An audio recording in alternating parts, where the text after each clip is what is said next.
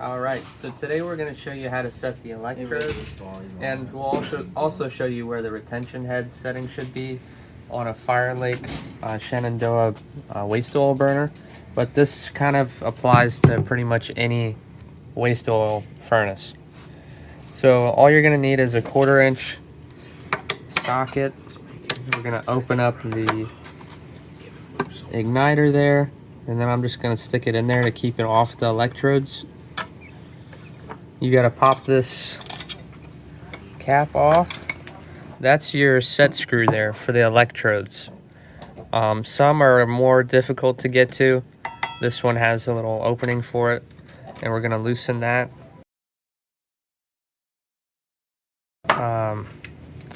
We also have to take the retention head off. So unscrew that.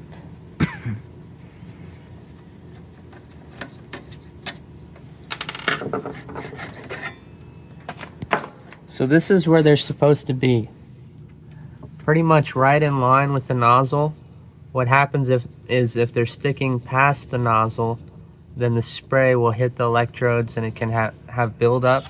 So you want it directly above with just a small gap, and then in between the two, you should be able to fit a nickel. Just right in between. Also, something to note with these electrodes on a Firelake is at the end, they bend away from each other, which is different than residential. We've seen a lot of people replace them and they have the tips going towards each other, which is correct on like a Beckett burner, but not this. So you just loosen it and adjust them to where they need to be, right in line, and tighten it.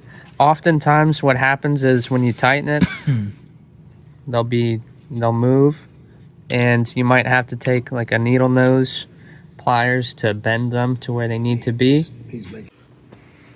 Last thing, when you're finishing tightening the electrodes, make sure it's snug, that they're not going to move.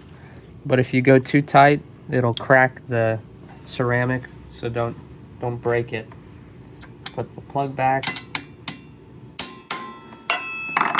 Then for the retention head, a lot of them, if you're replacing it, have a preset hole, but that doesn't necessarily mean it's going to line up in the right spot.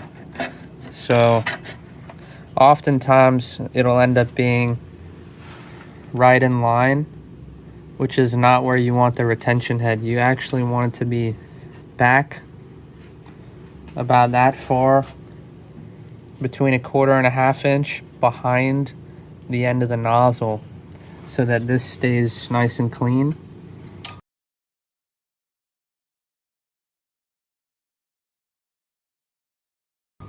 So if you get the side view there, you'll see that both the electrodes and the nozzle stick out just a little bit. And that's it.